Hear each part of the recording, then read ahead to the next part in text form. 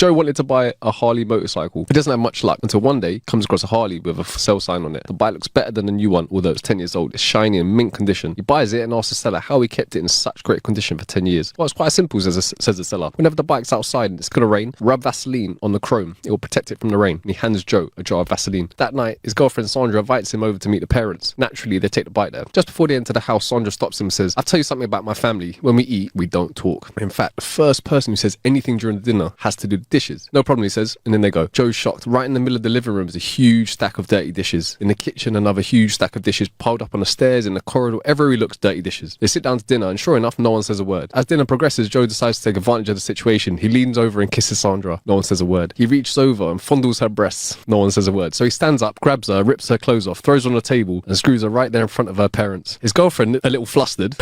Her dad's obviously livid and her mum horrified when he sits back down, but no one says a word. He looks at her mum. She got a great body too. Joe grabs mum, bends her over the table, puts on her panties and screws her every which way, right there on the dinner table. His girlfriend is furious. Her dad is boiling and mum is beaming from ear to ear, but still, total silence. All of a sudden, there's a loud clap of thunder and it starts to rain. Joe remembers his bike, so he pulls a jar of Vaseline from his pocket. Suddenly, the father shouts, "Fuck it, I'll do the dishes."